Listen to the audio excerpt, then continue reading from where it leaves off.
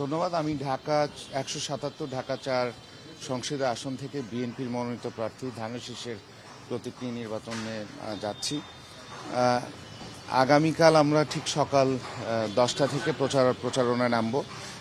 একটি দোয়া মাহফিল অনুষ্ঠান হবে যেখানে আমাদের মুরব্বীরা, বয়োজ্যেষ্ঠরা, আমাদের আলেম সমাজের প্রতিনিধিরা থাকবেন।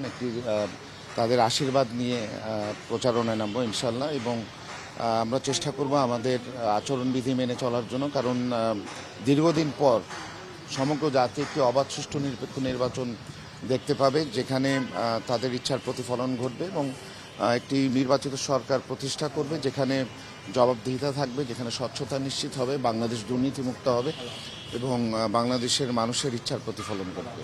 আমি সৈয়দ জয়নুল আবদিন, 10 দল মনোনীত বাংলাদেশ জামাত ইসলামী কর্তৃক মনোনীত ঢাকা 4 আসনের প্রার্থী। আমরা আজকের প্রতীক বরাদ্দ পেয়েছি ন্যায় এবং ইনসাফের প্রতীক দাঁড়িপাল্লা। আমরা আর আশা করি, প্রত্যাশা করছি যে 24-এর বিপ্লবের পরে যে বাংলাদেশ, যে বিপ্লবে এদেশের অনেক মানুষের জীবন, রক্ত এর বিনিময়ে সেটাকে এবং তাদের যে প্রত্যাশা, সেই প্রত্যাশার আলোকে একটি বাংলাদেশ আমরা গঠন করব।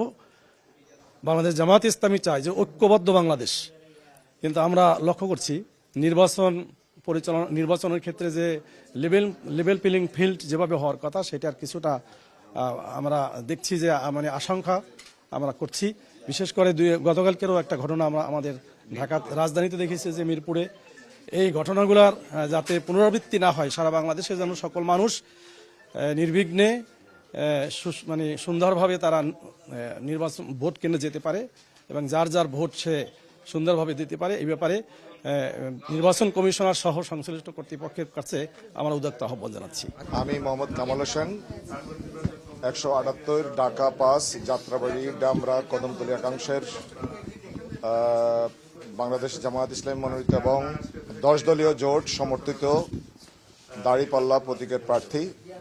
আজকে আমাদের প্রতীক বরাদ্দ হলো এবং আগামীকাল থেকে আমাদের মূলত নির্বাচন কমিশনের পক্ষ থেকে নির্ধারিত সময়ের মধ্যে আমরা আমাদের ক্যাম্পেইন শুরু করব ইনশাআল্লাহ। আমরা আজকে প্রতীক পাওয়ার মাধ্যমে আমাদের সকল প্রার্থীদের পক্ষ থেকে আমি দোয়া চাই এবং সকল এলাকাবাসীর পক্ষ থেকে দোয়া চাই এবং আমাদের এলাকা আলহামদুলিল্লাহ আমাদের প্রতিদ্বন্দ্বী প্রার্থীদের আচরণ বিষয়ে আমরা অলরেডি নির্বাচন কমিশনকে অবহিত করছি। কিছু ক্ষেত্রে ব্যত্যয় করছে, আমরা একটা লিখিত অভিযোগ দিয়েছি এবং আমরা আশা করি সামনে লেভেল প্লেইং ফিল্ড নিশ্চিত করবেন। প্রশাসনকে আমরা অনুরোধ করছি এবং আমাদের নির্বাচন কমিশনের সংশ্লিষ্ট সহকারী রিটার্নিং অফিসারকে আমরা অনুরোধ করেছি।